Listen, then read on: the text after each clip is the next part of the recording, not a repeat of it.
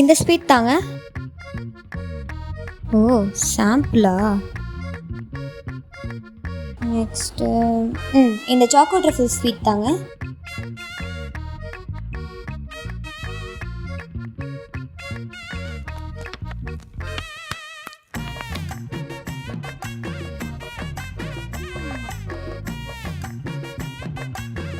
என்ன பண்ணிட்டு இருக்க? சாப்பிட்டுட்டு இருந்தேன். உன்னை நான் ஸ்வீட் தானே வாங்க சொன்னேன். சாப்பிட்டு பார்த்து வாங்கலான்னு.